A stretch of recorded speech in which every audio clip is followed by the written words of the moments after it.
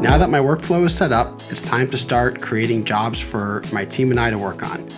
I could access the next screen two ways. I could either press the Use Workflow button on the bottom left or the Jobs button right at the bottom center. Let's press Use Workflow. This is the screen where I can create jobs for my team to work on. I create new jobs by pressing the plus button on the bottom right-hand side. I have three ways that I could add jobs, but first I want to look at the properties. You can see the Change Properties button on the bottom right. I could have also accessed this on the workflow screen.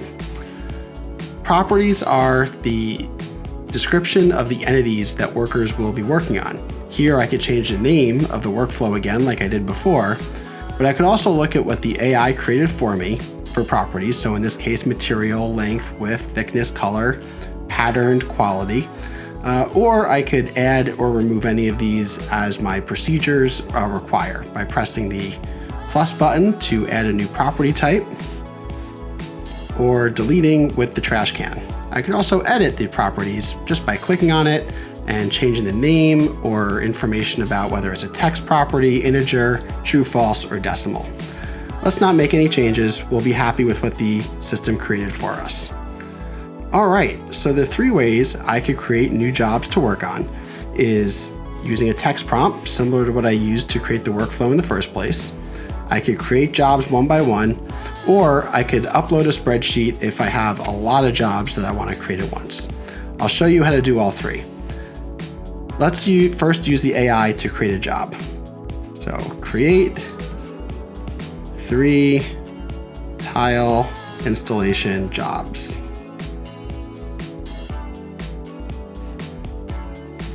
I press the blue arrow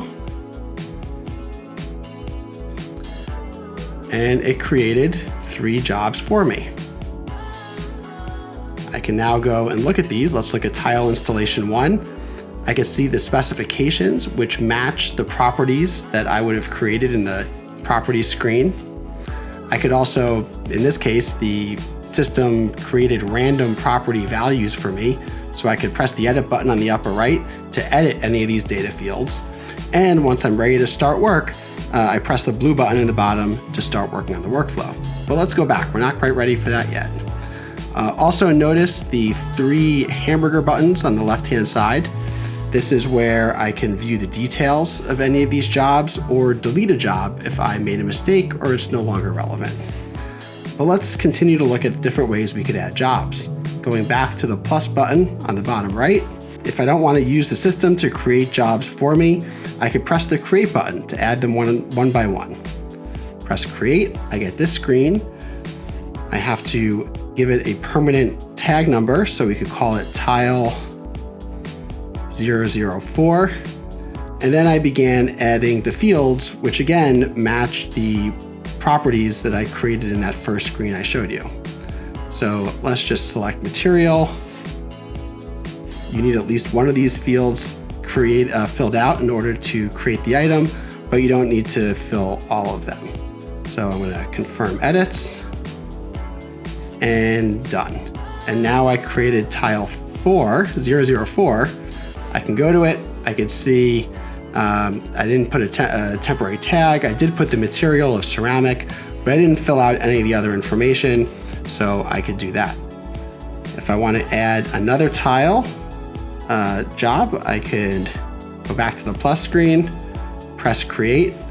I could copy from the previous item, so if I filled out a lot of things that are just going to repeat, copy from the previous item. You can see it filled in material ceramic. This would be really useful if maybe I filled in all the properties. It would just copy it for me so I don't have to do it manually. But I need to add tile 005 for the tag number. And confirm edits and done. The final way to add items to your workflow is to upload a spreadsheet, which is particularly useful if you need to add a lot of items at once. So you press spreadsheet, and this is going to take us to our control center for the first time using the browser on your device. Here you can see you can download a template, which we will do. And this template uses the entity properties to create the different columns, which I could then fill in. Once I filled this in, I am ready to upload the file, and I have one that I did already. So we'll upload this file. You can see the information that was in the spreadsheet. Make sure it looks okay. Confirm. It's mapping the columns. And now I confirm the columns are right and submit. And it's now uploaded the spreadsheet, and we can go back to the app, pull down to refresh, and the new tile jobs that I added are right there in the system. And that is how you add jobs to your job site.